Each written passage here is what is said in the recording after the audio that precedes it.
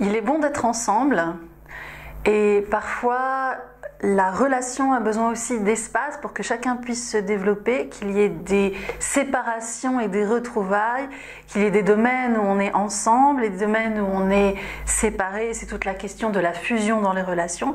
C'est cette question qui se pose avec notre paracha Vayakel, qui est la paracha du rassemblement. Faut-il parfois se séparer ou mettre des limites pour pouvoir être mieux ensemble? La question se pose et est importante puisqu'il y a une séparation brutale dans la relation, une rupture brutale dans la relation entre Dieu et le peuple d'Israël à travers la faute du veau d'or et la paracha Kitissa. Et on parle ici de rassemblement, de renouer après ce grand fossé qui a été creusé. Et ce rassemblement se fait principalement et premièrement par le Shabbat qui est rappelé immédiatement dans notre paracha.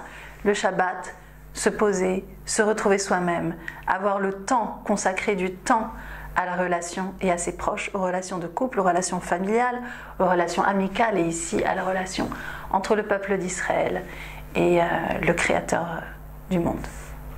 C'est le Shabbat qui permet de se poser et immédiatement après, on nous parle de la générosité, du temps qu'on partage, du temps qu'on se donne, mais aussi des choses ou des efforts qu'on investit dans la relation. C'est Trouma, ce sont les dons.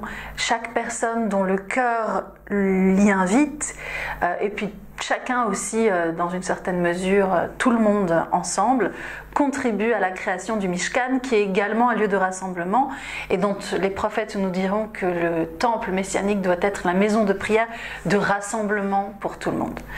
Donc il y a cette générosité, cette liberté, cette spontanéité du don.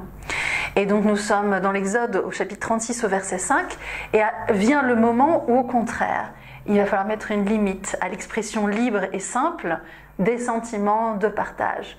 Et donc ceux qui reçoivent tous les dons vont dire Marbim ha'am le'avi, le peuple amène trop de choses, il faut s'arrêter. Et ça c'est compliqué parce que comment dire à quelqu'un tu donnes trop? Tu donnes trop, je ne peux plus prendre.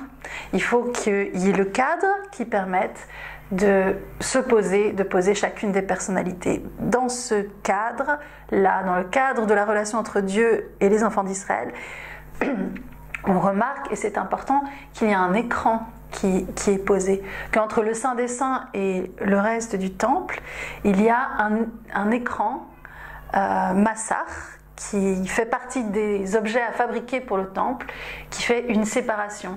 Il faut qu'il y ait des choses qui soient dévoilées, mais il faut aussi qu'il y ait des choses qui soient cachées. Il faut qu'il y ait une liberté d'expression des sentiments, mais il faut aussi qu'il y ait la possibilité d'une limitation des sentiments.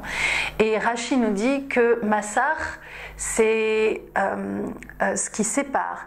C'est comme le srach aussi de Sukkot. À Sukkot, dans la fête des cabanes, le srach, c'est le toit qui nous sépare de l'air libre, du ciel, et il faut qu'il y ait suffisamment de lumière qui passe, mais il faut aussi qu'il y ait suffisamment d'ombre, il faut qu'on puisse voir les étoiles tout en étant protégé.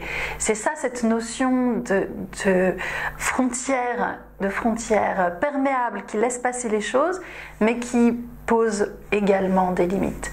C'est également ce qu'on nous dira en ce qui concerne les questions d'idolâtrie, puisque la faute du veau d'or est la faute où a été créé un Egel Masecha, un veau d'or qui est un masque, qui est un leurre, où les choses sont complètement cachées, et ça pose évidemment un problème.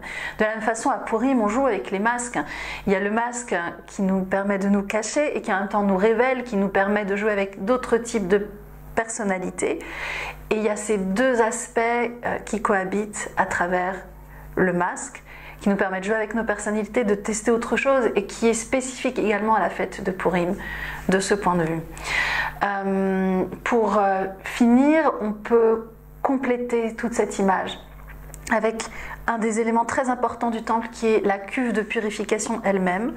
Les femmes s'attroupent autour de Moïse et disent on veut amener nous aussi une offrande, et l'offrande qu'on veut amener, ce sont les miroirs qui permettent de se regarder également, de faire le point de où on en est, et aussi, nous dira le Midrash, de se regarder ensemble. Et Moïse hésite parce qu'un miroir, est-ce que c'est un objet de vanité? Et est-ce qu'on peut à partir de ces miroirs construire une cuve qui amènera la purification, le retour à la vie, enfin quelque chose de aussi profond avant même d'entrer, qui permettra de franchir de se retrouver soi-même pour rentrer soi-même dans le temple. Et Dieu lui répond oui, que c'est très important qu'il prenne ces miroirs. Et le Midrash nous dit que c'est grâce à ces miroirs que justement la relation dans le couple, cette fois-ci homme-femme, a pu perdurer malgré l'esclavage d'Égypte, puisque les femmes allaient rejoindre les hommes dans les champs avec leurs miroirs, avec ces miroirs-là, et leur disaient, regarde, leur faisait du charme, regarde, je suis plus belle que toi, et réveillait ainsi leur désir à travers le fait de pouvoir se voir en couple, et à travers le fait de mettre une comparaison. Toi et moi, on n'est pas la même chose, mais on se voit ensemble, on peut se voir ensemble dans le même miroir.